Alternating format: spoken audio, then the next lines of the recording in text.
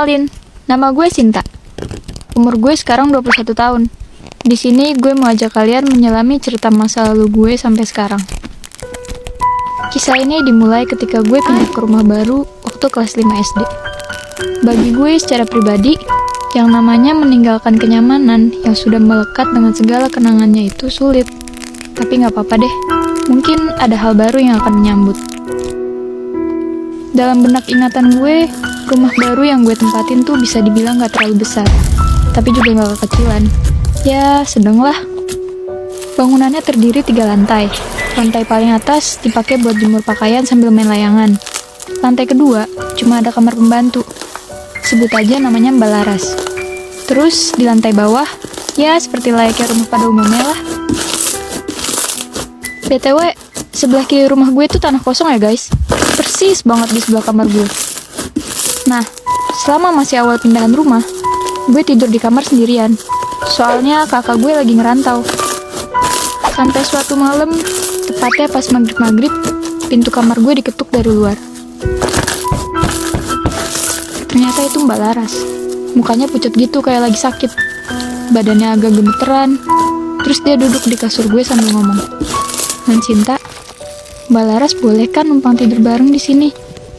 Dan gue pun mengiyakan permintaannya. Soalnya kasur gue tingkat, atas bawah. Jadi boleh-boleh aja.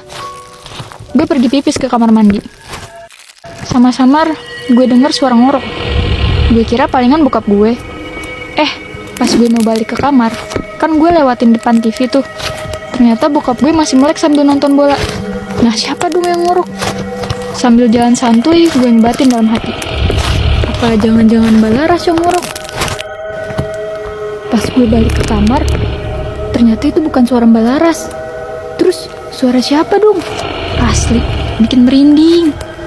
Jir, kalau bukan Mbak Laras yang ngorok, terus siapa dong? Ini gue gak salah denger kan ya? Untuk memastikannya, gue memberanikan diri nanya ke Mbak Laras yang masih ngelungkup di dalam selimut. Mbak Laras? Dia gak merespon apapun. Tapi gue masih penasaran. Jadi gue tanya Mbak Laras sekali lagi. Mbak denger gak sih suara ngorok itu? Dan dari dalam selimut, dia ngangguk mengiyakan. Dan suara ngoroknya mendadak kenceng kayak teriakan. Mampus, ini gak beres nih. Gue lari dari kamar dan ninggalin Mbak Laras. Kebetulan ada nyokap, terus gue tarik dan gue paksa buat ke kamar. Di situ, gue suruh nyokap gue buat pasang telinganya buat denger suara aneh ini. Tapi anehnya, jadi hening, sunyi, senyap. Nyokap gue bilang gini ke gue, "Mama gak denger apa-apa kok. Kamu salah denger kali." Alamak, masa iya sih gue dari tadi ngehalu dengar suara ngorok kenceng? Akhirnya nyokap nyuruh gue cepet-cepet tidur dan dia ninggalin kamar gue. Gue berusaha banget buat tidur cepet, tapi gak bisa. Gak bisa dengan suara ngorok yang nyeremin gini. Gue berusaha ngajak ngobrol Mbak Laras, tapi berasa dikacangin. Dia gak respon perkataan gue, dan mendadak suara ngorok itu kedengeran lagi, sekenceng-kencengnya. Gue langsung lari keluar ninggalin Mbak Laras. Gue sampai ngos-ngosan depan bokap. Terus bokap mendadak beranjak dari sofa dan berusaha nenangin diri gue. Gue coba sampein apa yang gue denger dan gue tahu. Gue gandeng tangan bokap gue erat-erat. Tapi gue sadar, suara ngorok itu samar-samar mulai menghilang. Dan bener aja dong, pas bokap gue masuk, gak ada suara sama sekali. Gue nangis dan meluk bokap gue. Bokap berpesan untuk cepat istirahat dan jangan lupa berdoa. Malam berikutnya, habis kelar ngerjain PR, gue sempetin buat baca komik Doraemon sampai ngantuk di kasur bawah. Lumayan nih, buat ngademin otak yang panas mikirin PR tadi. Nah, pas gue lagi baca komik, kamar mandi di sebelah itu berisik banget. Biar biur, kayak gak ada akhlak, padahal udah malam. Awalnya gue mikir, palingan Mbak Laras nyucinya terlalu semangat sampai malam. Tapi mendadak gue buang jauh-jauh dulu itu. Kalian tahu kenapa? Gue dengar suara sesuatu yang bikin telinga gue sakit. Nyet. Suara nyaring gesekan di tembok depan kamar gue. Persis banget kayak suara cakar Wolverine digasekin ke tembok. Dan itu berkali-kali. Sampai suara itu tepat di depan pintu kamar gue, jir. Gue yang ketakutan langsung nutup muka gue pakai komik sampai ketiduran. Beberapa hari kemudian, semuanya kembali normal. Udah gak ada kejadian dan suara aneh-aneh lagi. Lega, Malam hari itu, gue lagi foto-foto alay pakai kamera belakang. Ya maklum lah, zaman segitu belum ada kamera depan. Langsung deh, gue buka galeri karena penasaran sama hasilnya. Dan... gue langsung lempar jauh tuh HP.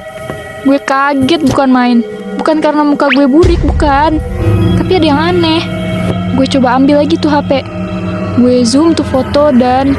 jir, ada Mbak Kunti dong nyinyir natap gue di deket rak buku. Gue auto lari keluar kamar. Padahal bokap gue lagi nonton TV di depan kamar. Dan anehnya, gak tau kenapa gue refleks hapus tuh foto ketimbang cerita ke bokap gue. Asli, mukanya keren banget. Rambutnya panjang berantakan. Matanya natap gue.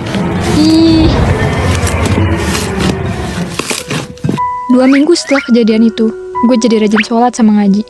Ya lumayan lah, meskipun baru baca ikro doang.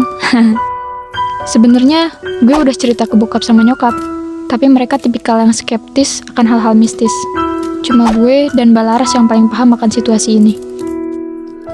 Pernah waktu gue lagi mandi, mata gue kan pedes tuh, kena sampo.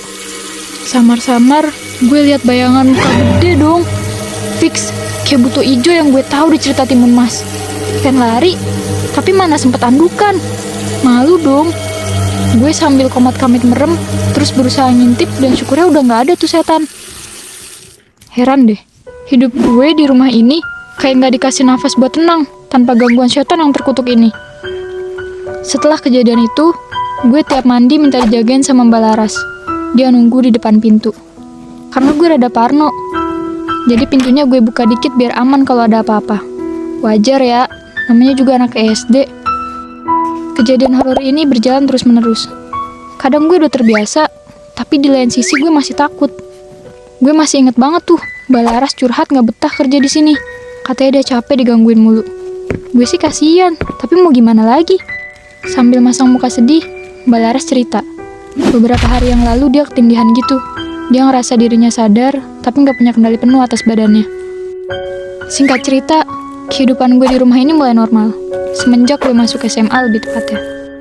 Dan gue punya adik yang masih kecil. Yang paling kecil sekitar 2 tahunan saat itu. Mbak Laras udah gak kerja lagi di rumah ini. Katanya dia mau bantu usaha keluarga di kampung. Tapi menurut gue itu sih alasan aja. Soalnya dia emang udah gak betah tinggal di rumah ini. Terus sekarang gantinya namanya Mbak Sekar. Adik gue yang paling kecil nempel banget sama Mbak Sekar. Soalnya untuk urusan apa-apa, Mbak Sekar siap sedia. Suatu malam, pas banget gue lagi kelar sholat maghrib, gue dengar teriakan adik gue yang masih kecil sambil nangis-nangis. Mbak, buka mbak, ada yang liatin aku. Ih. Beberapa saat gue sempet mikir, loh, bukannya si Ical sama Mbak Sekar ya tadi? Karena ngerasa gak beres, sontak gue langsung lari keluar. Ternyata suaranya ada dari lantai 2. Gak pakai lama gue naik tuh ke lantai 2. Gue lihat ada gue nangis ngedekem ketakutan di depan pintu. Sumpah, gue saat itu agak sebel ke Mbak Sekar. Ada gue tuh masih balita, jadi kalau rewel tuh berisik.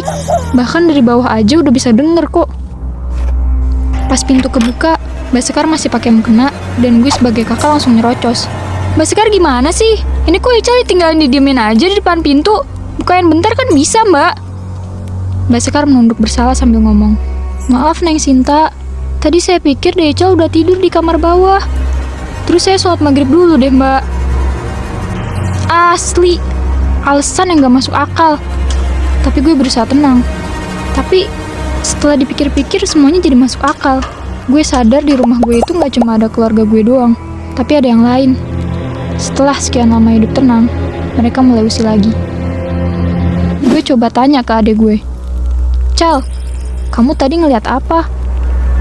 Dengan polosnya, dia bilang, ada sosok hitam gede di depan tangga. Terus tuh sesosok bayangan hitamnya naik tangga ke lantai 3. Dan asal kalian tahu, tuh tangga ada di depan kamar Mbak Sekar. Refleks, gue nangis sambil meluk adik gue.